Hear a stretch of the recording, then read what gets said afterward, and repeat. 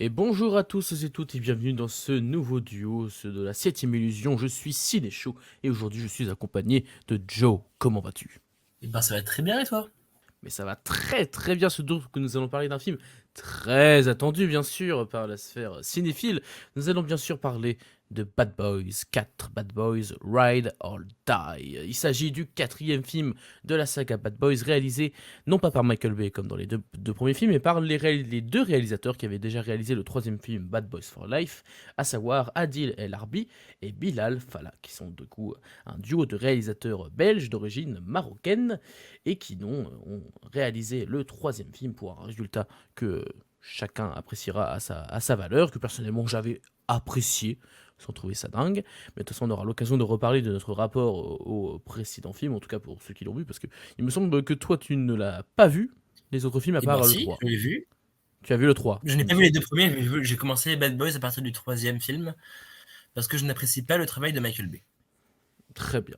Eh bien, nous aurons l'occasion d'en reparler dans cette vidéo. Bien sûr, ce n'est peut-être pas le film le plus, celui qui nous permettra de faire une analyse la plus riche possible et complète que d'autres films qui sont bien sûr un petit peu plus intéressants. Mais ne vous inquiétez pas, ce sera peut-être pas le meilleur duo, mais on va bien se marrer et ça c'est l'essentiel. Alors, nous allons commencer tout de suite avec notre rapport. Alors c'est gars, alors du coup, toi tu as vu que le troisième. Personnellement, j'ai vu tous les autres films, à savoir donc les deux premiers de Michael Bay que j'apprécie plutôt bien. Alors, je vais être honnête, ça fait longtemps que je les ai vus ces deux-là, mais j'ai souvenir de films d'action qui étaient assez bourrins, hein, évidemment. De toute façon, c'est un peu le cœur de la saga, j'ai envie de dire, mais qui étaient très divertissants, très bien menés, avec, contrairement à toi, j'aime beaucoup le travail de Michael Bay. Je trouve que notamment sur le 2, il s'est un petit peu dépassé, avec notamment une scène de course-poursuite sur l'autoroute dans les rues, enfin dans Miami, qui je trouve n'a pas pris une ride tellement elle est toujours aussi impressionnante aujourd'hui, mais il y a plein d'autres choses très réussies dans Bad Boys 2.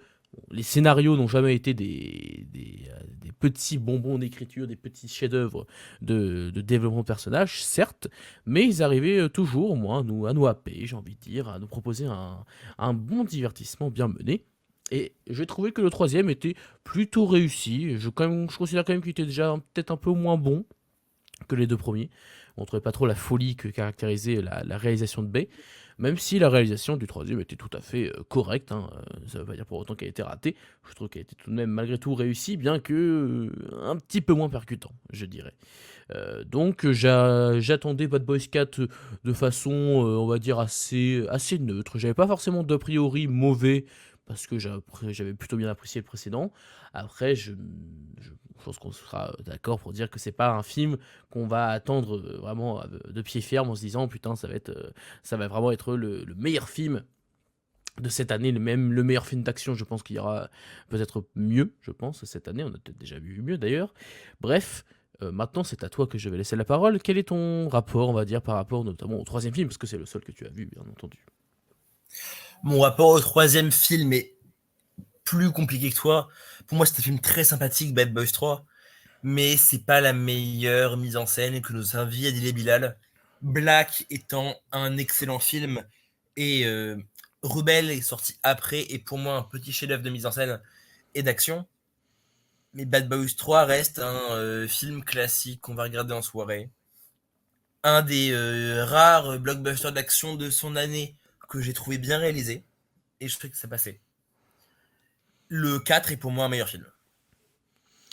Bon, on aura Mais je suis l'occasion d'en assez parler. client de la manière dont il traite la vieillesse de ces deux personnages dans le 3 et dans le 4. C'est peut-être un peu plus profond. Même si un peu trop cliché. Très bien. Après, moi, j'avais pas dit que le 3 était. J'avais trouvé ça à peu près sympathique comme toi, hein. Je n'ai pas du tout prononcé le fait que j'avais vraiment beaucoup aimé, hein. J'avais déjà quelques petites réserves, on va dire. Et pour le coup, pour une fois, je serais peut-être la personne la moins enjouée, on va dire, de nous deux, puisque donc tu as vendu la mèche sur ton avis sur Bad Boys 4, tu as préféré au troisième. Eh bien, je dirais que j'ai peut-être préféré le troisième, justement, en fait. Parce que on va avoir l'occasion de reparler, et certes, évidemment qu'on va voir Bad Boys, on s'attend pas à un scénario de dingue, mais je trouve quand même que le scénario de ce quatrième film est quand même beaucoup trop bourré de problèmes, comparé même à d'autres films Bad Boys, hein. Même le troisième pour moi dans mes souvenirs était quand même déjà un petit peu plus digeste et un petit peu plus prenant. Là, je trouve qu'il y a quand même, c'est trop schématique, c'est trop prévisible. Tout est en fait est un peu trop déjà vu, et ça fait que même s'il y a de très bons points, et enfin en tout cas de bons points qui font que j'ai malgré tout passé un plutôt bon moment, je ne serais quand même pas capable de dire que c'est vraiment un bon film, genre vraiment un bon film, à cause de ces petites réserves. Même s'il faut avouer que niveau scène d'action, il y a quand même quelques petites choses intéressantes. Et toi, de ton côté, tu as donc apprécié, mais est-ce que tu peux un peu plus développer pourquoi, finalement? Je vais te rejoindre, c'est beaucoup trop schématique comme film. Et même si j'ai l'impression que son scénario fait des pauses toutes les 30 minutes, j'ai plus apprécié le film parce que la mise en scène est beaucoup plus marquée. Et parce que sur la forme, il y a des plus grandes fulgurances dans Bad Boys 4.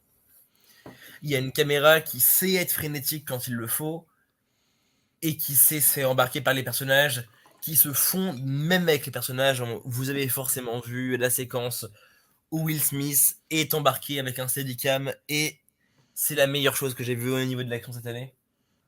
C'est pas le meilleur film d'action de cette année parce que Argyle existe, mais c'est un.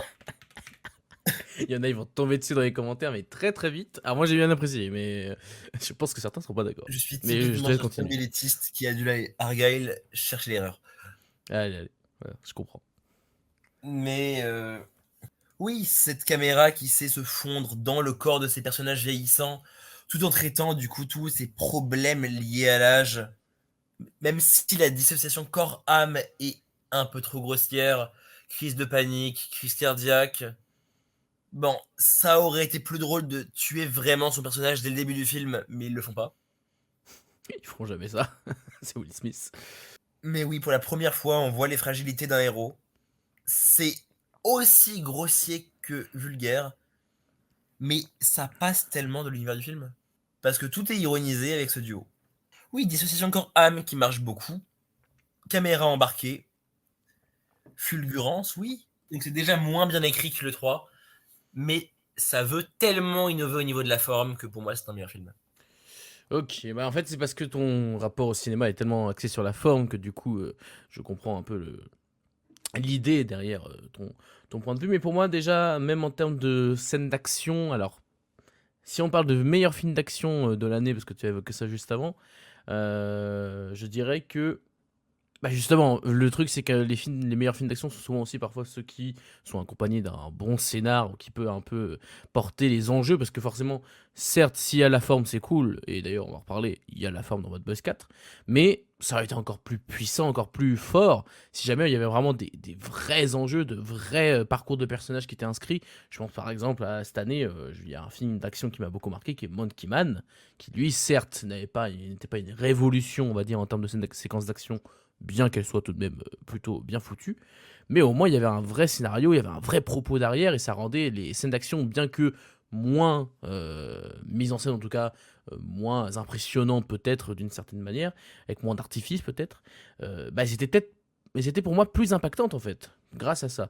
Donc c'est pour ça que j'ai quelques réserves sur ce Bad Boys 4, c'est que certes il y a la forme qui est plutôt pas mal, même si je la trouve pas non plus parfaite, je trouve qu'elle fait quand même parfois un petit peu trop des caisses. Il y a des plans qui sont sur le papier assez, comme tu l'as dit, innovants, je dirais pas, mais en tout, je dirais peut-être pas exactement ça, mais en tout cas qui sont originaux, qui ressortent un petit peu. Dès l'introduction, il y a un plan sur le pistolet qu'un malfrat porte dans une boutique. Il y a une caméra qui est sur le pistolet, ensuite il y a une caméra qui est juste en dessous de la montre de l'un des personnages et on voit du coup juste l'aiguille. C'est des plans qui sont en soi jolis, respectivement, enfin c'est des plans qui fonctionnent plutôt bien visuellement. Après, est-ce que ça raconte beaucoup de choses derrière? C'est là mon problème, c'est que oui, il y a la forme, par moment, on essaye un peu de varier de varier un petit peu les plans de caméra et ce genre de choses, mais si c'est pour juste varier les plans de caméra, ça en fait un divertissement qui se regarde, mais ça va pas aller beaucoup plus loin. Donc c'est un petit peu ma réserve de ce côté-là, même si il faut avouer que, bah, en fait, le truc c'est que pour moi, il y a qu'une seule séquence qui ressort, mais complètement d'un point de vue purement mise en scène dans les séquences d'action. C'est la dernière. C'est la dernière qui se déroule dans l'ancien parc d'attraction, pardon. Où là, effectivement, il y a le plan dont tu as parlé. On va suivre des drones qui vont du coup traverser toute la pièce et ça va commencer à se rattacher au pistolet de Will Smith et qui portait à ce moment-là une caméra qu'il a retournée sur le tournage. Et du coup, on alterne entre des plans sur les pistolets en direction de Will Smith, puis en vue subjective, puis ça repart en drone, puis on se remet en vue subjective, puis on se remet sur le plan, etc. Et c'est très très fluide. Il faut avouer que les cuts à ce moment-là sont vraiment excellemment bien faits et qu'il y a un super travail et que juste cette séquence d'action fonctionne très bien. Par contre, oui, visuellement elle fonctionne, mais ça aurait quand même encore mieux fonctionné si jamais il y avait eu, selon moi en tout cas, un vrai bon scénario avec de vrais bons personnages. Alors même si certains diront il faut poser son cerveau, la fameuse phrase qu'on a tous entendue, je la comprends cette phrase ceci dit. Moi j'ai quand même un petit peu de mal, en tout cas à dire que le film dans ce cas est vraiment très très bon. Pour moi ça en fait un bon divertissement qui se regarde quand même avec un petit peu de plaisir, surtout que, on va peut-être en parler juste après, l'humour fonctionne de temps en temps, pas tout le temps, mais il fonctionne de temps en temps. Et voilà ce que j'aurais à dire pour le moment sur ce film. Est-ce que tu voudrais développer sur un point en particulier avant qu'on parle d'autre chose? Je vais rebondir directement, parce que pour moi, ça raconte quelque chose. Ces drones et ces caméras embarquées, ça raconte quand même toute l'infiltration militaire des US.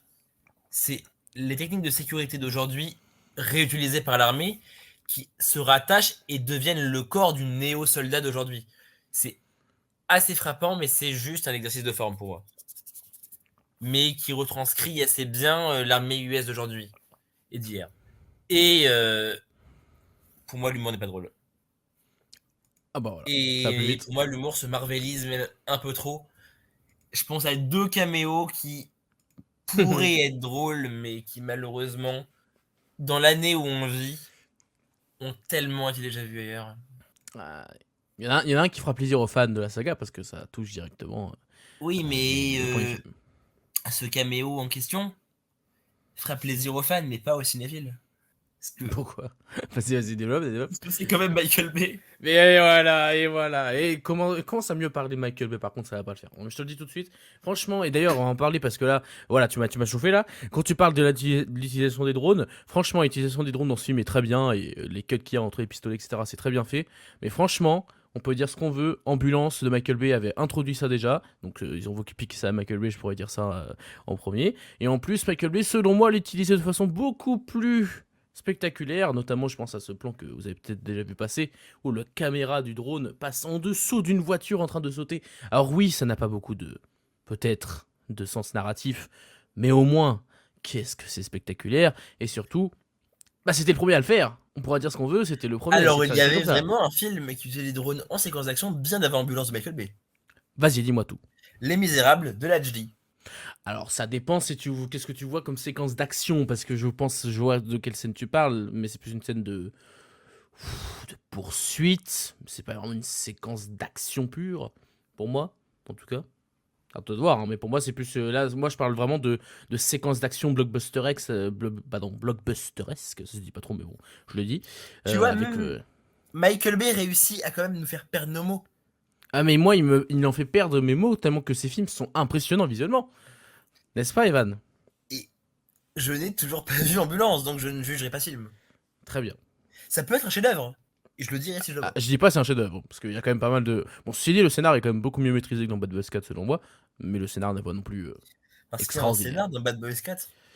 Bah, il y a un semblant de scénar, il y a un traître dans les groupes, et on se dit ah, mais qui ça peut bien être? Et en fait, on l'a grillé au bout de 1 minute. Même pas, même 30 secondes, tiens, on va aller plus loin. 30 Ah, secondes. vraiment. Mais il se présente, on le sait. Ah, Mais mais vous le saurez avant, mais c'est tellement bien mis en scène qu'on s'en fout. tellement bien mis en scène. Alors, monsieur Joe, écoutez, je ne suis pas forcément d'accord sur cet argument, parce que ce que je dis depuis tout à l'heure, c'est que certes, le film, il est pas très bien mis en scène, il est bien mis en scène. Il est bien mis en scène. Mais il n'est pas non plus sensationnel, à part la séquence sur la fin, on va dire. Parce que justement, il en fait même un peu trop. Je l'ai dit juste avant le plan de l'intro sur le pistolet, mais même il y a une séquence en mode Black Panther, j'ai pas compris, où t'as le Alors, personnage. personnellement, pour moi, c'est un gros défaut du film parce que s'inspirer du MCU, c'est non. Voilà. Mais oui, il a voulu et qui reprend la mise en scène de couleur dans une nuit américaine où j'ai un peu soufflé. J'ai vraiment cru que Parce c'était un que le filtre caméo, violet je se sais pas. voit Ouais, et que c'est quand même bête de voir un filtre violet à l'écran. c'est dommage. Et la réponse est simple, ils se sont fait annuler je veux dire, ils se sont fait annuler Bat Boys, mais non. Batgirl, Là, tu en perds tes mots aussi, tu vois, un Michael Bay, ou peut-être les deux réalisateurs te font perdre tes mots. Ce sont mais finalement les des. deux réels me font perdre leur. Ouais, c'est impressionnant, hein. Mais je perds mes mots devant Marvel, quoi. C'est tellement une aberration que ça existe encore que j'en perds mon vocabulaire. Mais moi, Mais, j'en perds mes mots quand tu dis que la forme est supérieure au fond, alors que ça devrait être égal, monsieur. mais ils se sont fait annuler Batgirl, ces messieurs. Et du coup, ils veulent décider de retourner sucer Marvel après avoir fait Alors, c'est Miss Marvel. d'ici, déjà, donc ça n'a rien à voir. Mais non, mais tu m'as bien compris. Ils se sont fait annuler un film d'ici, donc ils ont tellement la rage qu'ils vont sucer Marvel maintenant. Bon, ils ont déjà intégré Marvel, donc s'ils veulent, je pense qu'ils peuvent encore refaire d'autres projets. D'ailleurs, ils sont peut-être meilleurs pour parler pour faire le Spider-Man 4. Enfin, Spider-Man 4 du MCU, hein, vous m'avez entendu. Donc à voir si ça se réalise ou pas. Mais je pense qu'on a vraiment parlé de tout le film en fait. Ah si, on a oublié un truc. Vas-y. La relation père-fils. Vas-y, développe. Il y a une relation père-fils dans le film. Non mais attends. Là, ton argument pour parler du film, c'est dire il y a une relation père-fils. Point. Comment on peut l'aborder? Mais comment? Mais oui, c'est clair. Mais en fait, on peut pas l'aborder parce que je suis désolé. Là, le scénario, ça tient sur un post-it. Quand j'ai dit que c'était schématique comme scénario, c'est pas pour rien. C'est que vraiment, c'est le schéma du blockbuster qui se regarde malgré tout. Mais en fait, le truc, c'est qu'à force d'en voir des blockbusters comme ça, j'ai l'impression de voir toujours le même film. Et est-ce que tu as aimé d'ailleurs l'humour de manière générale du film, justement, parce que tu as dit juste avant que tu n'avais pas aimé l'humour. Mais pourquoi tu ne l'as pas aimé? Ben, je n'ai pas aimé l'humour parce qu'il se repose sur sur des bases bah, que tout le monde connaît. Et que des bases qui pour moi sont des bases TikTok et l'humour assez bas de gamme, mais c'est pas du tout mon humour. Je trouve que l'humour n'est pas travaillé, que c'est un humour que Will Smith aurait pu improviser sur le tournage. Mais le pire, c'est que j'ai l'impression que voilà, le film a été écrit pour donner ce côté improvisé, ce côté blague. Bah, Et pas du tout pour renforcer le film. J'ai l'impression que c'est juste des blagues que tu pourrais sortir du film et qui seraient pareilles. L'humour n'est pas tout le temps très pertinent, très réussi. Il y a le coup dans la scène finale qui est pas mal de l'alligator, on va dire, c'est marrant. Mais bon, c'est là encore assez déjà vu, hein, c'est le problème un peu. Mais Euh, l'alligator, la seule blague du film, c'est qu'il est raciste. c'est génial. Parce que c'est pas forcément une blague, l'alligator qui croque des gens, tu prends un mec dans un seau d'alligator, il se fait croquer. Mais justement, c'est ça la blague, c'est que lui il dit qu'il est raciste, alors que bah, c'est évident qu'il l'a croqué juste parce c'est un humain et qu'il veut le croquer. Donc c'est pour ça pour moi la Oui, blague. mais la blague, c'est qu'il est raciste, mais c'est pas drôle. C'est hilarant, non j'abuse. Mais Euh, sinon le reste du film est un peu trop bah, à l'américaine, un peu vulgaire, là, la bande-annonce qu'il y a la blague qu'il y a dans la bande-annonce là autour de mon âme sœur et en fait moi je peux te dire que mon âme il a une voilà, tu vois ce que je veux dire. Tout ça tout ça. Ça c'est peut-être le côté un peu beauf américain qui pour moi passait un peu plus dans les deux premiers parce que même dans la mise en scène c'était un Parce petit que peu Michael Bay est blanc, exagéré. pardon. Quoi? Parce que Michael Bay est un blanc un peu beauf et un peu raciste, tu veux dire? Alors non. Ah, peut-être, mais c'est pas le sujet. Moi, je dis juste qu'en termes de mise en scène, c'était déjà beaucoup plus, peut-être exagéré. En tout cas, vraiment, ça sointait l'Amérique, vraiment, le côté un peu. Oui, bah, exagéré, pour moi, c'est le terme. Il y a vraiment quelque chose dans la mise en scène de Beck qui est over the top et qui collait pour moi complètement avec l'atmosphère du film. Là où Bad Boys 3 et 4 sont peut-être un peu trop un peu sage, un peu trop lisse, numérique dans la photo, ce genre de choses. Alors oui, il y a des petits effets de mise en scène dont on a parlé qui ressortent un peu. Mais quand tu ressors, tu te dis c'est quand même moins, je sais pas, moins cohérent, moins vraiment véritablement marquant comparé aux deux premiers films de Bay qui avaient un peu plus de caractère, je dirais. En tout cas, voilà, jamais développé. Alors là où on peut dire ce qu'on veut, Bad Boy, enfin Will Smith et Martin Lawrence, ils ont quand même de quoi jouer. Ils ont quand même toujours une alchimie qui fonctionne toujours très bien. Mais leur fils, c'est vrai que par contre, bon, il fait acte de présence, on va dire. Là où dans le troisième, au moins, il y avait un vrai arc, il avait vraiment quelque chose à faire. Là, par contre, dans le quatrième, bon, bah, il est là, quoi. Il a droit à une potentielle début de rédemption, on va pas trop en dire, mais voilà. Enfin, c'est très peu intéressant, je trouve, en tout cas.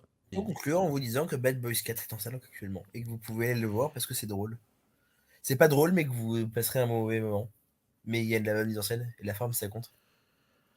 Alors oui, ça compte, mais malgré tout, moi ce que j'en ressors de Bad Boys 4, c'est que c'est un divertissement qui se laisse malgré tout regarder. Hein. Je ne dirais pas que je dirais pas que c'est un mauvais film. Je trouve qu'il a quand même beaucoup d'aspects qui sont malgré tout, enfin beaucoup d'aspects. Il y a au moins la mise en scène qui est derrière, qui soutient et qui il y a une ambiance générale autour de Miami qui fonctionne toujours plutôt tout bien. Il y a toujours une très bonne alchimie entre les deux acteurs principaux. Et il y a quelques vannes, pas tous, hein, mais il y a quelques vannes qui fonctionnent plutôt bien.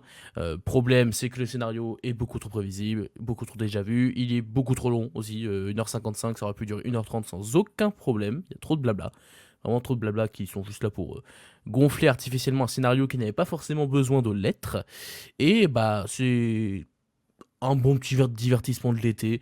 Après, vraiment, je pense qu'il y a plus intéressant en salle, peut-être même plus divertissant. Je pense que vous allez être plutôt gâtés durant le mois de juin, juillet, août, niveau film de divertissement, même action, à ce côté-là.